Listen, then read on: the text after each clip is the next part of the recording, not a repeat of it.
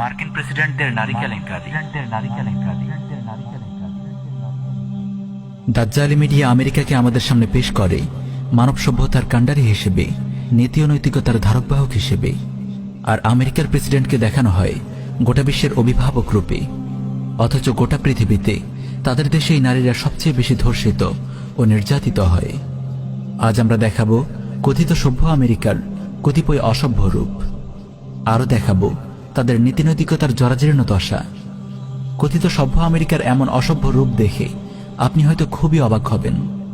2013 সালে প্রকাশিত the Washington পোস্টের এক রিপোর্টে বলা হয়, আমেরিকার শতকরা 48 জন নারীর প্রথম সন্তানটি হয় জারজ তথা হারামজাদা, এবং খুব দ্রুত হারামজাদা হওয়ার এই হার 50% পেরিয়ে যাবে। বুঝতেই পারছেন, এই পশু সভ্যতার অর্ধেকের চেয়েও বেশি মানুষ জারজ। এদের কাছ থেকে সন্ত্রাস, লামপট্য ও জুলুম ছাড়া পৃথিবী আর কী বা আশা করতে পারে? তাই আমরা বলি, মিডিয়া যতই আমেরিকাকে মহান করে দেখানোর চেষ্টা করুক, আমাদের চোখে আমেরিকা জেনেভা বিচারের দেশ, ধর্ষণের দেশ, লামপট্যের দেশ, জুলুমের দেশ, বর্বরতার দেশ, জারজ সন্তানের দেশ। আপনি জেনে আশ্চর্য হবেন যে কেবল সাধারণ জনগণ নয়, তাদের অসাধারণ প্রেসিডেন্টরাও জেনেভা বিচার, ধর্ষণ, পরকীয়া ও লামপট্যে দেশের অন্য 10 জনের চেয়েও কম যায় না। আজ আমরা আমেরিকার কয়েকজন প্রেসিডেন্টের লামপট্যের কিছু নমুনা আপনাদেরকে দেখাবো। George Washington. জর্জ ওয়াশিংটন কথিত সভ্য আমেরিকার প্রথম প্রেসিডেন্ট। এই জর্জ ওয়াশিংটনকে তার পরিবারের জনক পরিচারিকার গর্ভের সন্তানের জনক বলে দাবি করে ওই পরিচারিকার বংশধরেরা। বিষয়টি প্রমাণের জন্য তারা ডিএনএ টেস্টেরও দাবি জানায়। Thomas Jefferson.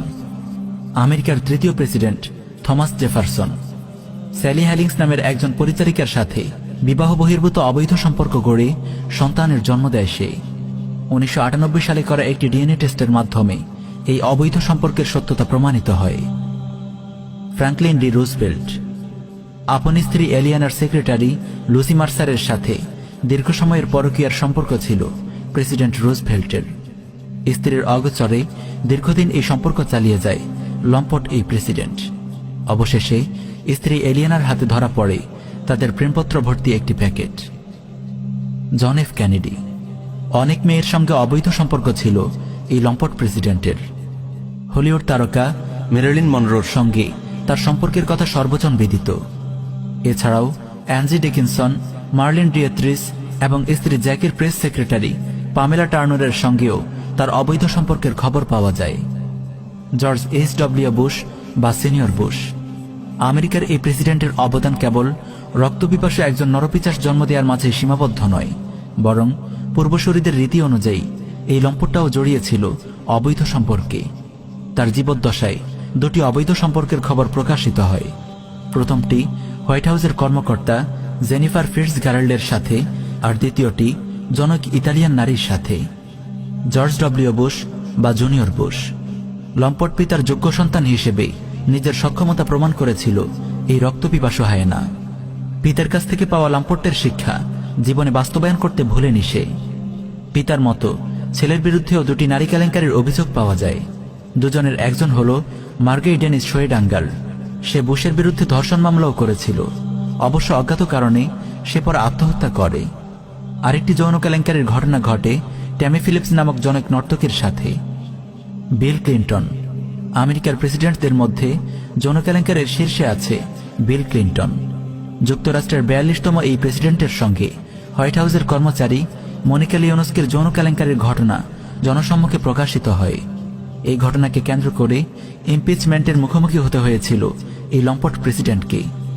এছাড়া Paula Jones, Jennifer Flowers, Kathleen Willey, Elizabeth Ward Gracen এবং জুয়ানিতা ব্রোড্রিকের সঙ্গেও তার অবৈধ যৌন সম্পর্ক ছিল। এমনকি তার স্ত্রী হিলারি ক্লিন্টন যখন প্রেসিডেন্ট প্রার্থী হিসেবে লড়াই করছিল, তখন প্রতিদ্বন্দ্বী প্রার্থী ডোনাল্ড ট্রাম্প হিলারিকে ধরাশয়ী করার জন্য বলেছিল, যে নারী তার স্বামীকে সন্তুষ্ট রাখতে পারে না, সে আমেরিকার জনগণকে কিভাবে সন্তুষ্ট রাখবে। Donald Trump. পূর্বসূরীদের লাম্পট্যের ইতিহাসকে আরও সমৃদ্ধ করতে এগিয়ে আসে যুক্তরাষ্ট্রের 45তম রাষ্ট্রপতি ডোনাল্ড ট্রাম্প। অসংখ্য নারীকে ধর্ষণ ও যৌন হয়রানির অভিযোগ রয়েছে এই লম্পট প্রেসিডেন্টের বিরুদ্ধে। এই লাম্পটের কথা সে গোপনও করত না, খোলাখুলি বলতো। এমনকি নিজের মেয়েকে নিয়েও সে পশুসুলভ মন্তব্য করতে দ্বিধা করেনি। ইভাঙ্কা যদি আমার মেয়ে না হতো, তার সঙ্গে হয়তো আমি প্রেম করতাম। কত বড় নষ্ট ও ভ্রষ্ট হলে কেউ নিজের মেয়েকে নিয়ে এমন নির্লজ্জ মন্তব্য করতে পারে। If Ivanka weren't my daughter, perhaps I'd be dating her. You know? Oh, it's so weird. Joe Biden. কিছুদিন পূর্বে ক্ষমতায় এসেছে আরেক লম্পট প্রেসিডেন্ট জো বাইডেন। সাধুর বেশ ধরা এই শয়তানটির বিরুদ্ধে অন্তত 8টি যৌন নিপীড়নের অভিযোগ এসেছে। নারীদের প্রতি অশালীন ব্যবহার, নারীদের স্পর্শ ও নারীদের স্পর্শকাতর অঙ্গে হাত দেয়া সহ নানান লাম্পট্য করে বেড়াত এই লম্পট Joe Biden. Reid was among several women who said Biden had touched them inappropriately. Now threatened to undermine his bid for the White House. No, that ain't right, man. That ain't right. But it's a pattern of behavior that remains today. Those Joe Biden shoulder massages, they're like magic. Did you try one? Oh, you have? প্রিয় দর্শক, সভ্যতা ও নৈতিকতার বুলি আওড়ানো আমেরিকার লম্পট প্রেসিডেন্টদের তালিকা কেবল এতটুকুতেই সীমাবদ্ধ নয়। পরিসর ছোট রাখার স্বার্থে আমরা কেবল 2-4 জনের নাম উল্লেখ করে শেষ করছি।